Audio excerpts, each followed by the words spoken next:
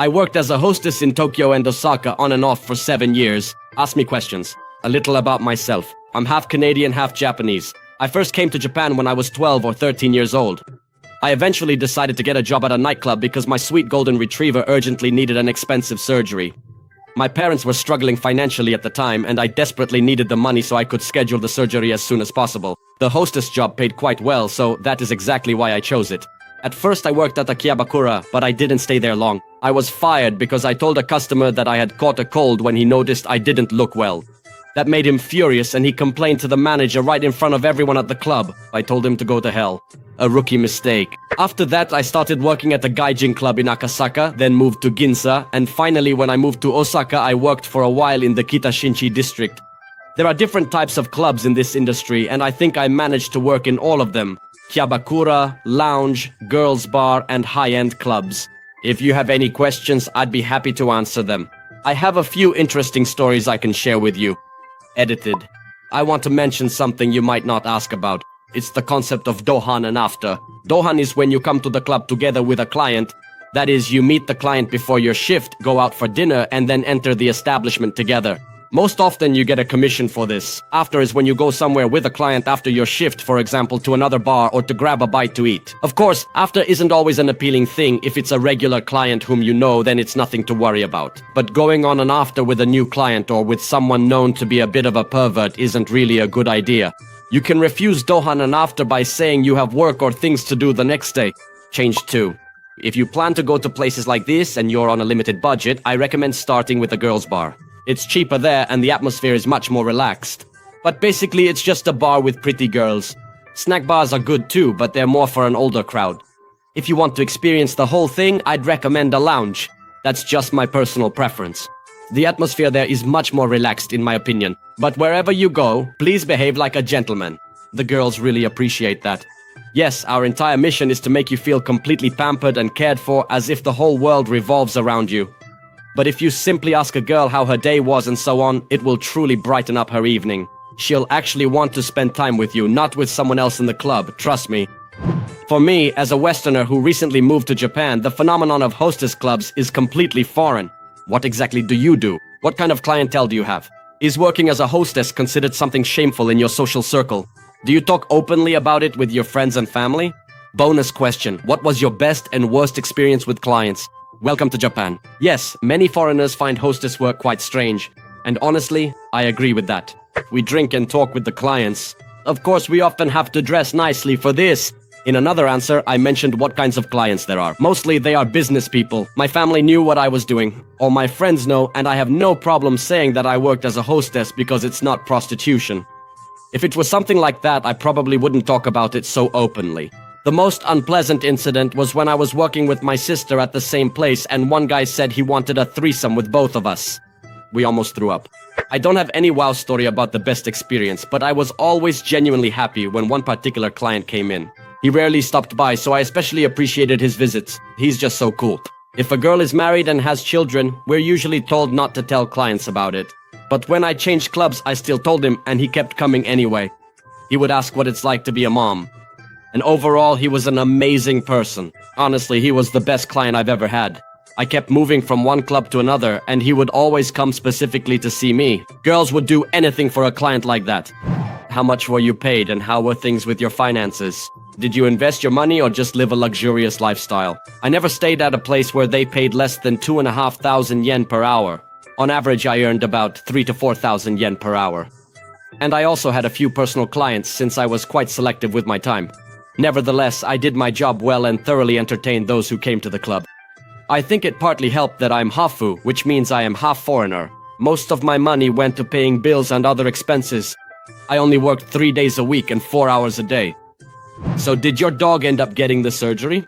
Yes, he did. He lived a long life and passed away 2 years ago. Unfortunately, I wasn't there when it happened. I loved him very much.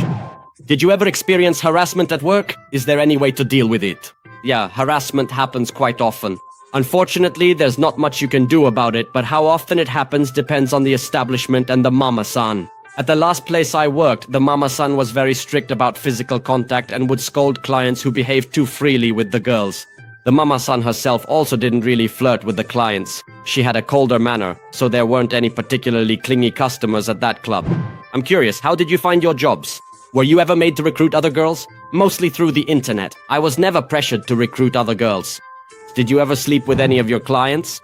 No, I had a boyfriend at the time, and he eventually became my husband. Besides, I was repeatedly told not to sleep with clients. The point is to keep them hooked for as long as possible.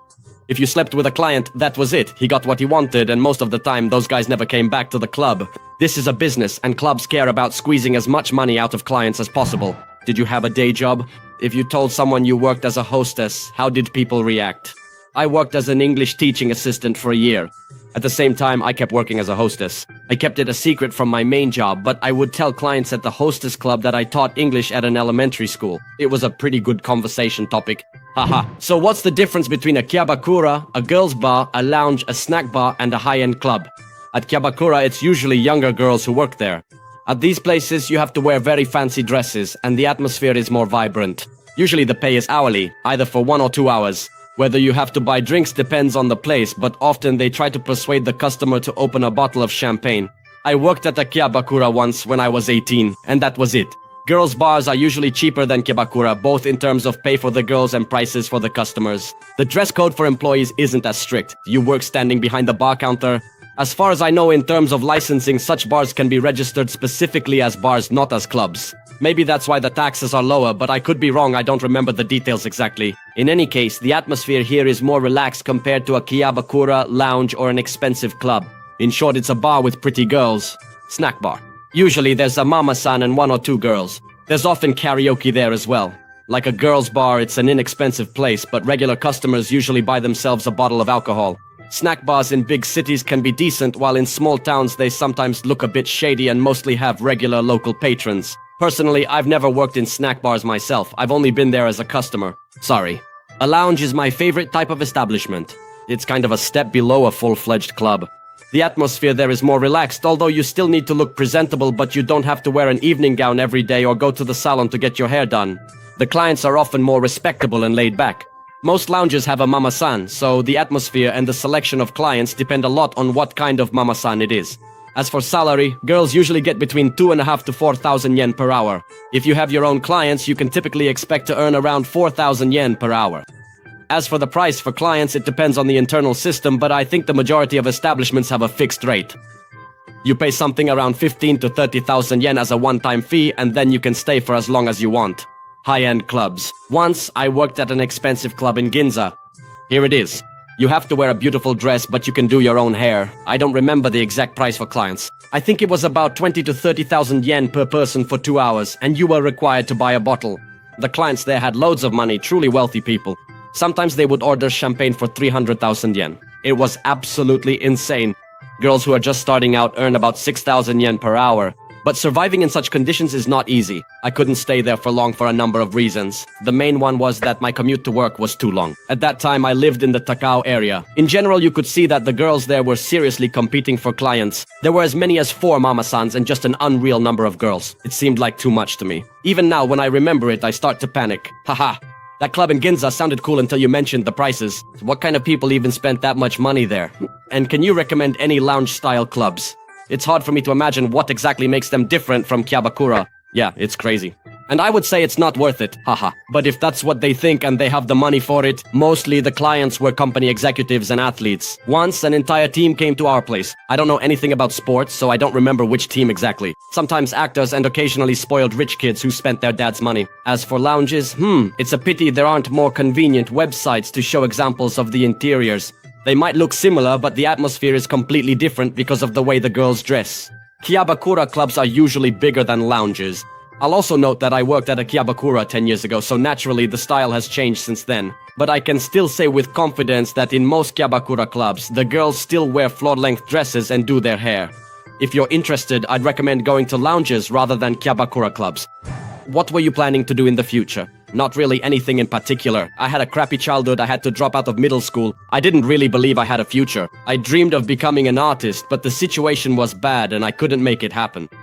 How often do you or other girls pretend to be interested in the person you're talking to, compared to when you genuinely enjoy the conversation? A couple of times my friends dragged me into girls' bars, and every time the girls showed a lot of interest, but I couldn't tell if it was real. That's why it's interesting. In any case, every time I think, I just enjoy talking to people, and most likely they enjoy it too. So I don't go beyond that thought, and everyone is happy. It depends on who we're talking to. But it is important to always keep in mind, we're paid to show interest, and we're paid to make you feel like you're a super interesting person. After all, we're only human ourselves. If you treat us well and you're a good client, we genuinely and truly enjoy talking to you. I think that's the case everywhere. Haha. By the way, thank you for being a good client. We could use more people like you in our field. How do you choose a name for this job? You can choose your own name. I called myself Julie. I don't even remember why I settled on that name. Lol. Maybe I just don't know. But do all or most hostess clubs belong to the Yakuza or are at least connected to them? If not, then who is actually behind them? And also, can an ordinary tourist or a foreigner living in Japan, a gaijin, accidentally end up in such a place? For example, a tourist who likes bar hopping in Shimbashi or Namba. I don't have detailed information on Yakuza connections. Yes, there are definitely establishments connected to the Yakuza, but certainly not all. It seems to me there are fewer of them now than there used to be. A lot also depends on the specific location. For example, I know for sure that the Kabukicho district is shadier in this regard. Honestly, it all depends on the specific club. If it's a high-end club and you show up in casual clothes like sandals, they'll most likely turn you away, thinking you don't have enough money. Your chances are higher if you wear a suit and go to a more upscale place. In the past, as far as I know, it was harder for foreigners to get into such establishments, but now, in my opinion, it's much easier. If you go with a Japanese friend, you'll definitely be let in. If you go alone, it doesn't hurt to try. In the worst case, you'll be turned away, and in the very worst case, they'll let you in and bleed you dry. So my advice is, if you do get in, always ask about the prices in advance. Find out how much it will cost you before you sit down. Are you still living in Japan? And did you keep in touch with any clients? Maybe as friends or in some other way? Yes, I still live here. Oh, and it's been so long, way too long. I can't take it anymore. I really want to get out of this country, haha. Unfortunately, no. My condition started to worsen because of depression, and I couldn't keep in touch with many people after I stopped working as a hostess. What do you think about this industry overall? Do you think it's beneficial for society since men can somehow let off steam there, or on the contrary, do you think it harms and leads to moral decay? I'm sure over the years you've seen and experienced a lot of crazy situations. I'd be interested to hear about one of them. Thank you. That's a complicated question, mainly because I've seen all kinds of clients, from the worst to the kindest. And after all, this is a job where you have to communicate a lot and try to connect with a person while they're in the club. My opinion about the industry is shaped by all of these experiences.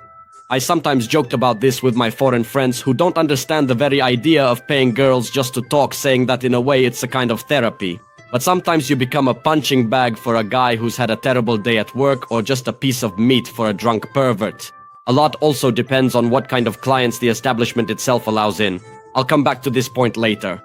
As for your question about what I think of the industry as a whole, to be honest, it's pretty crappy. Pardon my French. At the same time, I have a lot of respect for the girls who take this seriously. May I explain in a bit more detail? I hope you don't mind. There are different types of clients. There are those who come with itogokoro, a wicked intention. Simply put, they want something more than just a conversation. It's worth noting that many of them are married.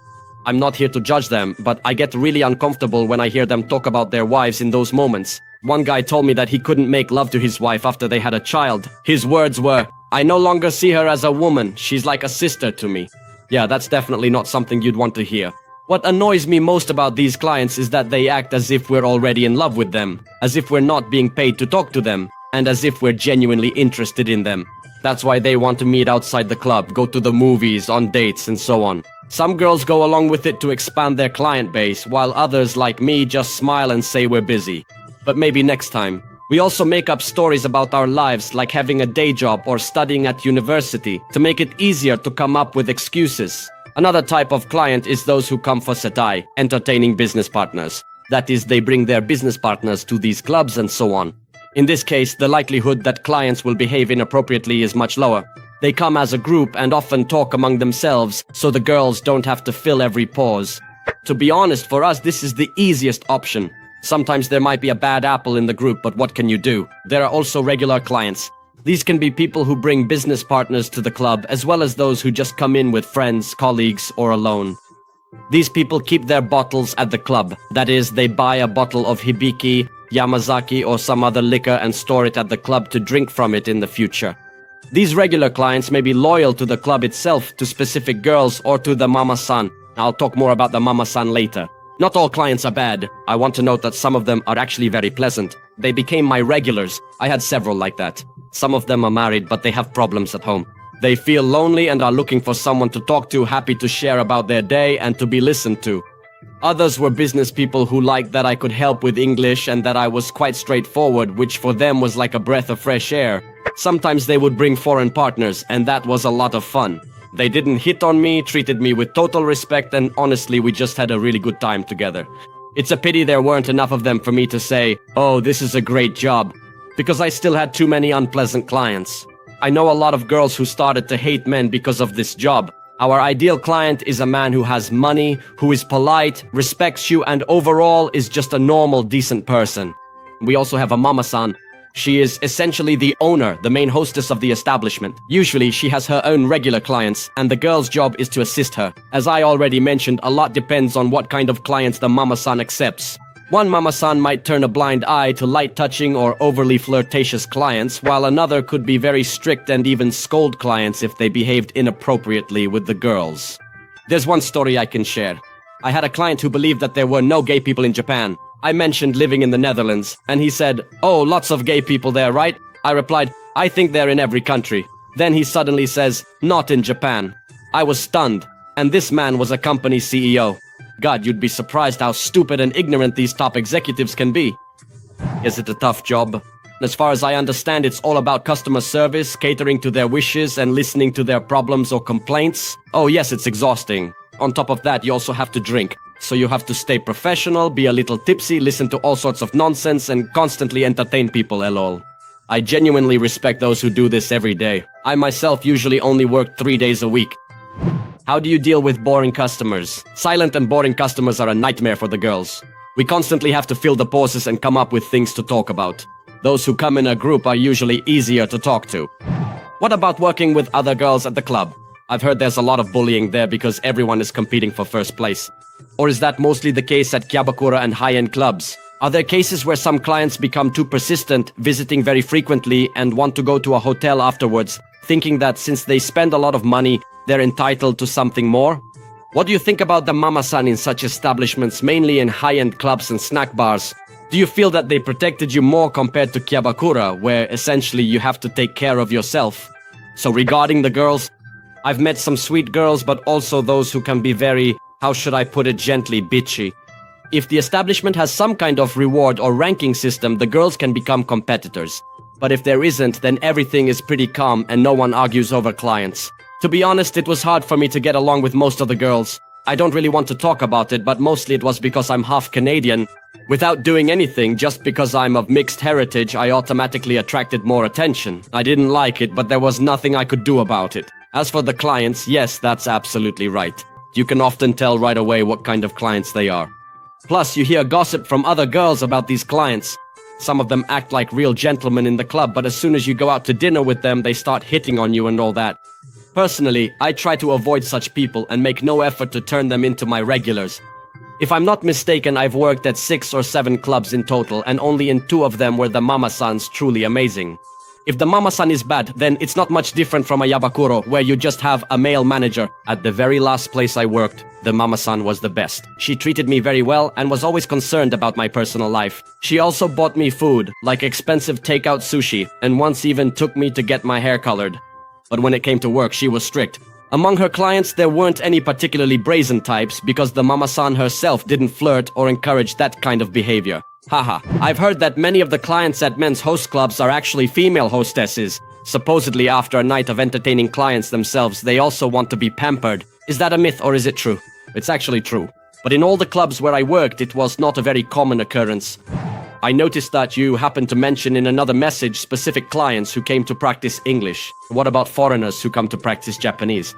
And were there ever any female clients? No, unfortunately not. We didn't have any foreigners who came to practice Japanese. But there were a few foreign clients who were brought in by their Japanese business partners. There was one American, and I was always seated with him. A very nice guy, very polite. I miss him. Female clients were extremely rare, but sometimes they did come in. Usually they were either good acquaintances of the mama-san or they came with a regular client who introduced them to the club. I have 2 questions. I hope you can answer them. The first question is a bit complicated. What do you think about the existence of hostess clubs in general? I understand that it's part of Japanese culture, and judging by your answers, I see why they might be so important for the mental well-being of some men. But what do you think about it from a feminist point of view? Do you think this demeans women? Why or why not? Would it bother you if your partner or husband often went to such places? The second question is a bit simpler. Have you ever been to a men's host club? If so, what was your experience? In my opinion, it's all quite complicated. I'll try to explain as best I can. Personally, I think that in some ways it does demean women, but at the same time, when I look at many of these girls, I think, damn, they're really good at their jobs, and some of them are very proud of what they do. The point is, if Japan weren't such a socially lonely country, hostesses and host clubs wouldn't be nearly as popular. I understand where this comes from and why it exists. What is really discouraging is that, because of bad clients, sometimes it feels like the whole industry is just total crap. But good clients make you feel that the job isn't meaningless. I have mixed feelings about all of this, but in the end, I was so exhausted by this industry that I had to leave. Regarding the question of how I would feel if my husband were to go there, if it was for work purposes, then I wouldn't care. But if he went there alone looking for conversation, I would start to wonder if maybe I'm not talking to him enough. Or maybe he doesn't feel like he can speak freely at home. I wouldn't think that he's cheating on me or seeking attention from other women. At least, that wouldn't be the first thought that would come to my mind. I've never been to a men's host club. Maybe I would like to go someday, but not enough to actually plan it and spend time on it. Haha. Why did you quit your job? You wrote that you kept working after your child was born, so I'm curious. What exactly was the factor that made you decide to leave it all behind? I went back to that job after my child was born, especially when money got tight, but I quit because I just got tired of it. At some point, I realized I simply could not do it anymore. My depression kept getting worse, so I had to quit. Thank you so much for watching. In the comments under the video, share your experiences working as a hostess in Tokyo and Osaka, and don't forget to check out our other videos. Hugs. Bye.